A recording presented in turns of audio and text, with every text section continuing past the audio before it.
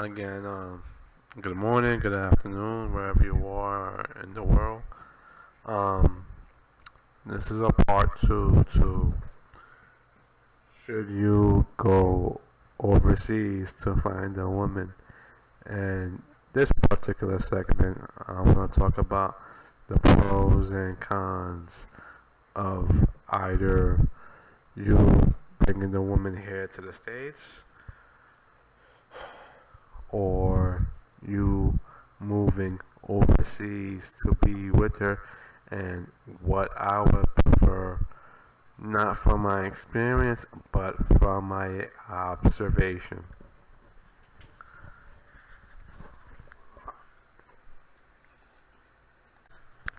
Yeah, sorry about that. I had to pause the video for a bit. So I want to start off by um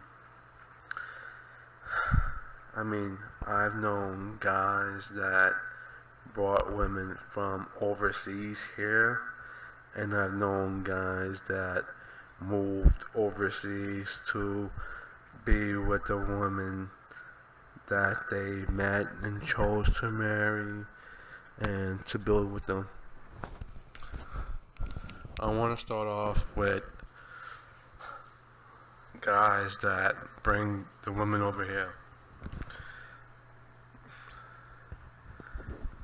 So I'm sure the average guy would prefer to bring that woman here to the States.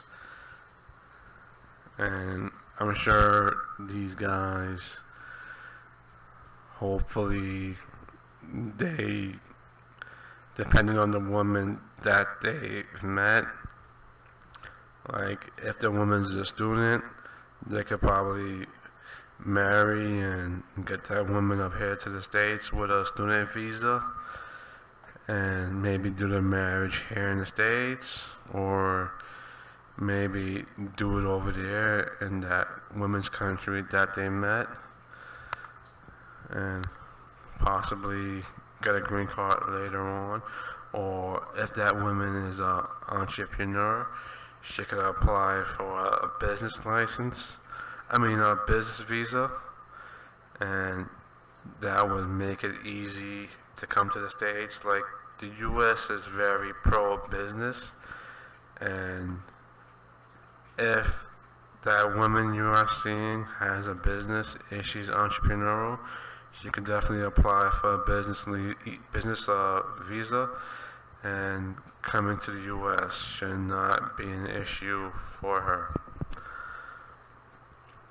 But once you get that woman to the U.S., I'm sure there's like a waiting period for her to get the green card. You have to go through immigration, and they want to see documentation. You got to take medicals with her. She has to take medicals like HIV exams and such stuff like that.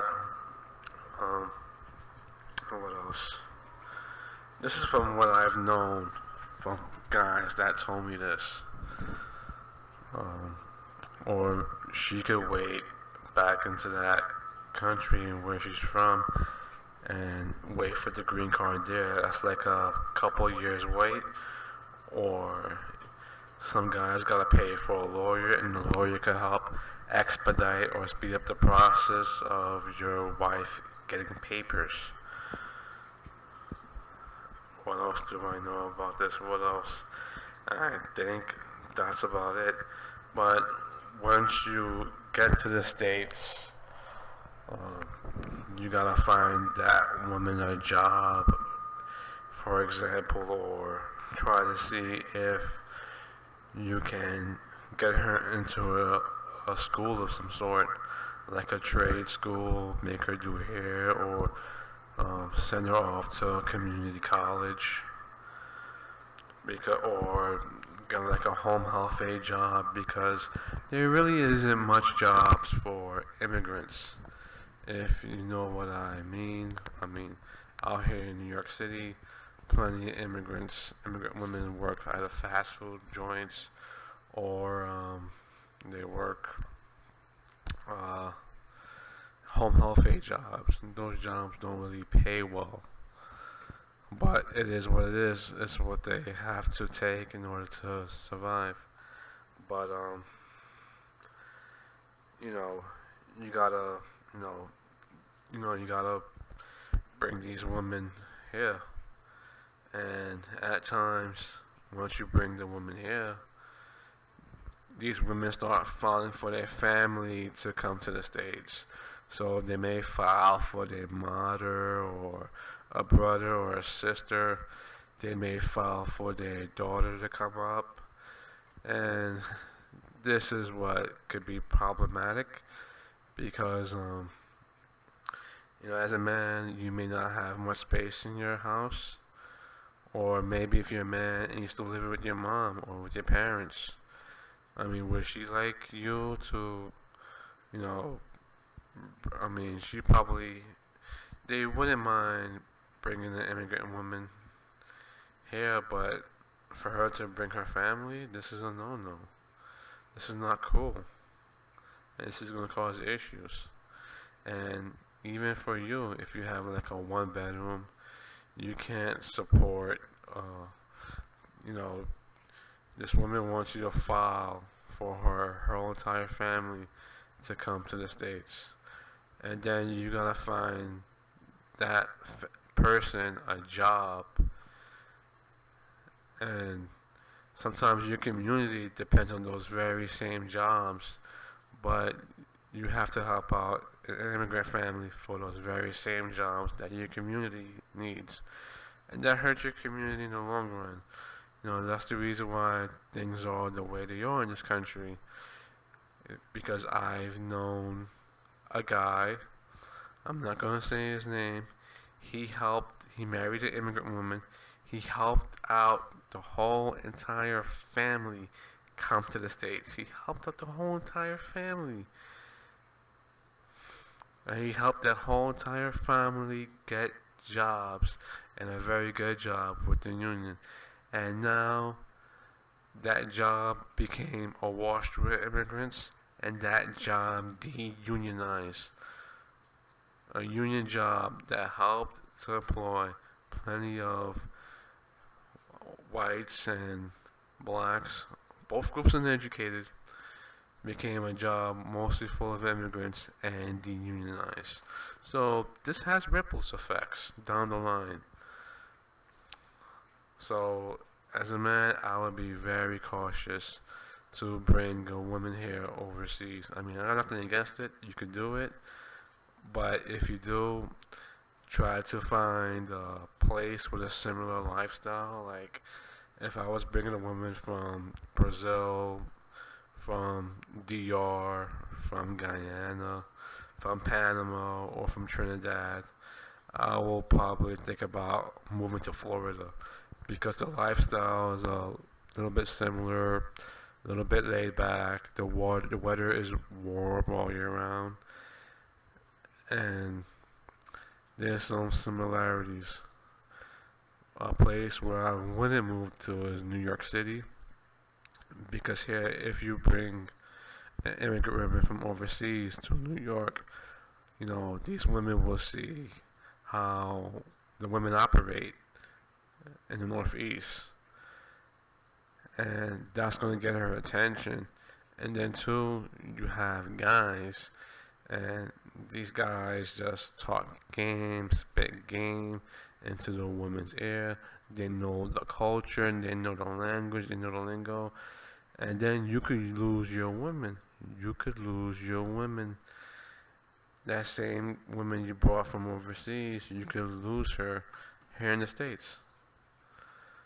Now, the next topic I want to talk about is moving to her country. What that issue is, you probably have to get a visa. You probably need to extend your 90-day visa. You might need to get a worker's visa if you plan on getting a job there. Another thing is you have to pay overseas U.S. tax plus the tax of the country where you are living. And that kind of hurts because you got to pay the tax of the host country living as an expat, and then you got to send back taxes to Uncle Sam. So if you have a job, you got to pay back, you got to pay income tax to Uncle Sam. If you own a home, you have to pay a foreign asset tax, and that's going to hurt your pockets. It's going to hurt. I mean, it'll be a little bit easy. You probably get some leeway if you have maybe a business visa over there. If you have a business, you could probably use your foreign asset tax as write-offs and avoid tax penalties. That's what I would look into if I was living overseas. Try to start like a little business and try to avoid paying U.S. Business tax, U.S. business asset taxes. Another thing is you're overseas. As an American, you are top dog. So if you lose one of the women overseas, there's a good chance you can get another one easily. Easily get another woman. Remember, back in the States, you are not top dog. You are not top dog with no women. Not a top dog with the average women who are in that 80 percentile bracket, and you're not top dog with the 20% women. And a good portion of that women in the 20 percentile bracket are hot women. So you're overseas, and in that overseas country that you're living in, that woman doesn't like you, oh well, you get another one because you are the top dog, and being top dog matters wherever you are. Like out here in New York City, there's some guys that won't go back to where they are from because they are top dogs with women, and women want them, and there's no shame with that. But without further ado, um, that's all I have to say. But if I had to choose, if I had to choose, if I was to bring a woman here or bring a woman or move over there, I would choose to move to be with a woman. I would rather, and the reason why is I would rather put up with paying taxes to Uncle Sam over bringing a woman here and having to deal with, heartbreaks of her leaving me, or having,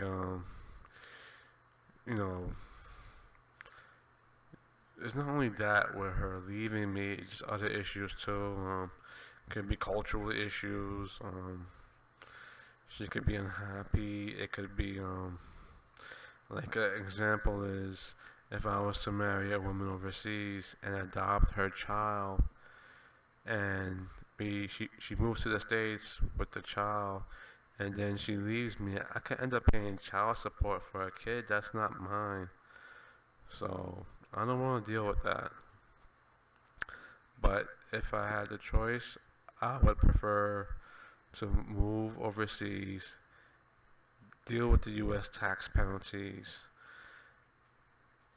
And the reason why I prefer to remain overseas is because I'm still the top dog with women.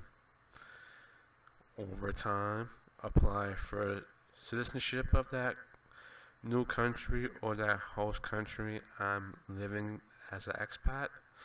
And when I'm ready, I'll mail back my passport to Uncle Sam and tell America thank you. With that said, subscribe, like, and share. Thanks for listening. I will put out more videos when I get the chance. Thank you.